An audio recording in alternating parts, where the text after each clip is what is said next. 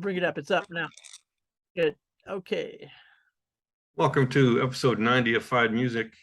We made it to the 90s, and Jim Babwe will take us into another virtual place. Here we go. I first heard of the Beat Farmers by ear. I got it by word of ear because they were playing at this yearly festival in Solana Beach called the Solana Beach Fiesta del Sol. It's right up the street from the Belly Up Tavern, which is an old Quonset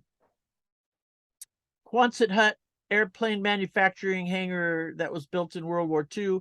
Great acoustics. It's a great place to see music. But I saw the Beat Farmers for the first time at the Solana Beach Fiesta del Sol. They were playing with Los Lobos and another band called Those Darned Accordions, which was pretty fun. But the Beat Farmers, a local San Diego band, just rock and roll, psychobilly, country, hard to categorize, kind of crazy, kind of raunchy at times. They are the subject of a documentary, and it is called let's see, I have it in my notes here when we do some screen. Oh, I have to share the screen, don't I? Have to make a conscious effort to do that. Right. Yeah. So let me see. Okay, here we go. Share screen. Here we go. And here's my virtual playlist for today, number 22, The Beat Farmers. They recorded studio albums from 1985 to 1995. And can I scroll up here? Let's see what happens if I scroll here. So they are no more. They are no more. And the band's run came to a kind of a tragic end on November 8th, 1995, when Country Dick Montana, who was a very deep-voiced singer at times and drummer, he died on stage during a live show at the Longhorn Saloon in Whistler, British Columbia, Canada. And wow. band was never the same after that, of course. They tried to pick it up and continue, but it just didn't work. They had 6 studio albums, 3 live albums between 85 and 2016. The band was a local favorite, famous for their rowdy, beer-soaked live performances, especially at the Spring Valley Inn in Inland San Diego and the Belly Up Tavern in Solana Beach. Can I you love this scroll quote back from the up San Diego for Reader. the albums? Yeah. Let me read this quote from the San Diego Reader first, though. Yeah, because right now it's showing the end of the scroll. Yeah. I'm going to read this quote from the end of the playlist here. Okay, gotcha. Okay. The San Diego Reader summed up their sound as, like Bo Diddley, CCR, Joe South, and the Yardbirds, ham-fisted into a food processor, stuffed into a shotgun shell, and blasted into a beer keg at 3 a.m.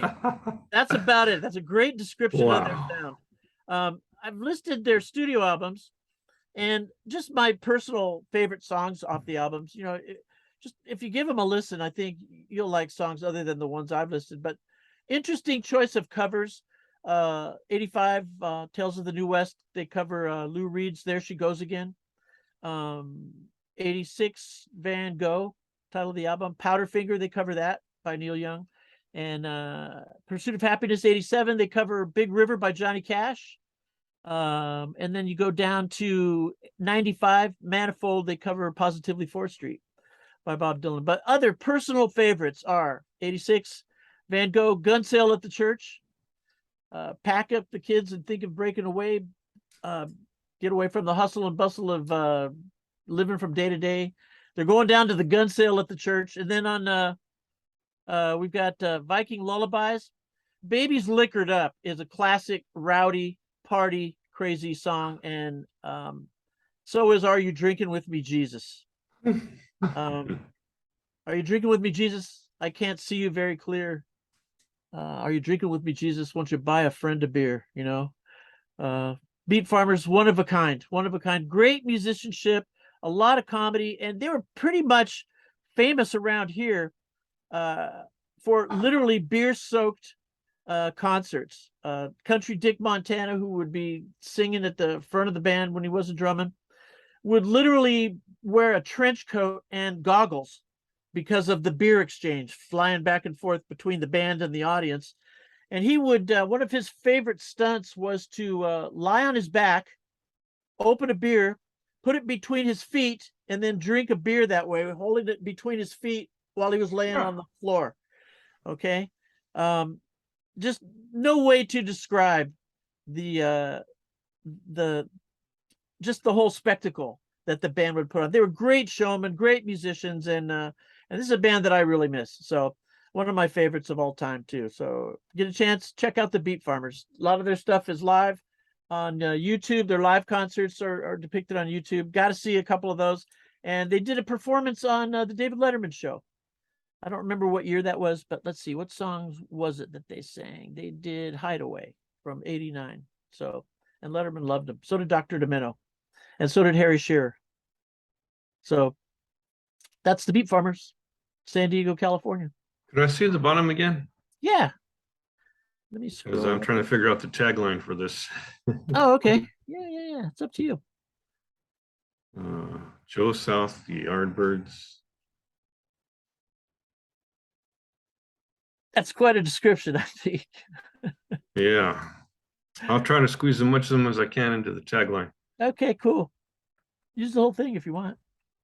Ooh, that's too much. They only give me up to 100 characters. Oh, okay. Yeah, so I'll just do what I can. I would say if you like punk country, you would like the Beat Farmers. Oh yeah. I should put another comparison would be like Dwight Yoakam. You know, kind of a new country sound. I mean, Dave Alvin was a fan of theirs from the Blasters.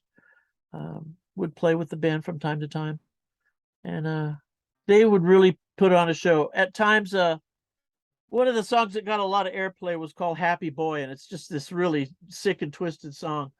Did they ever get on Dr. Demento? Oh yeah, they were on Dr. Demento. That's the song. "Happy Boy" was on Dr. Demento quite a bit. And during some of the shows at the Belly Up, Country Dick Montana would take the microphone and he would walk into the audience. And there's standing room only at the most of the floor there at the Belly Up, unless it's a seated show. And they never played at a seated show where you had to reserve a seat. And he would sit down in the middle of the crowd, and he would get everybody to sit down, and he would be like the campfire storyteller. You know, he was just a really fun person to watch, a great band to watch. Yep. Are there any recordings of their shows in terms of on YouTube? Yeah. Yeah, okay. Yeah, the quality of the recording on those varies, but you'll get a great idea of what it was like to see them in concert. Not pretentious, you know, no rock star pretensions there. You know, Mojo Nixon is another one of the associates. He wrote some of their songs. I don't know if you know Mojo, Skid Roper and Mojo Nixon. Sure. Yeah, and then the two guys that formed the Dills, the Kinman brothers, and then later on formed another group whose name escapes me at the moment. Yeah, so yeah, there's enough fog between these years to forget all kinds of stuff that I wish I could remember, but it's the way it goes. All right, well then take away that share so people can thank I'll do you that. close Oh, up for this virtual playlist number 22, There you the go. Beat Farmers. Yep. Jim Babwe's favorite group, right? One of them? Yep, I'd have to say it's one of my top five. Top five. It's hard to say who favorite group is. That would depend on what day of the week it is. You know what I mean? Top Could five is depend on pretty the day of damn the week. good. Definitely. Pretty about- damn good. With say That's Brian, you know, almost a Mount just a Rushmore. variety of stuff. Yep. Okay, that's episode 90. Again, check out Jim Babwe's virtual playlist number 22 so you can explore the Beat Farmers. A lot of ways to get into that. So that's wonderful. Thank you, Jim. Thank you.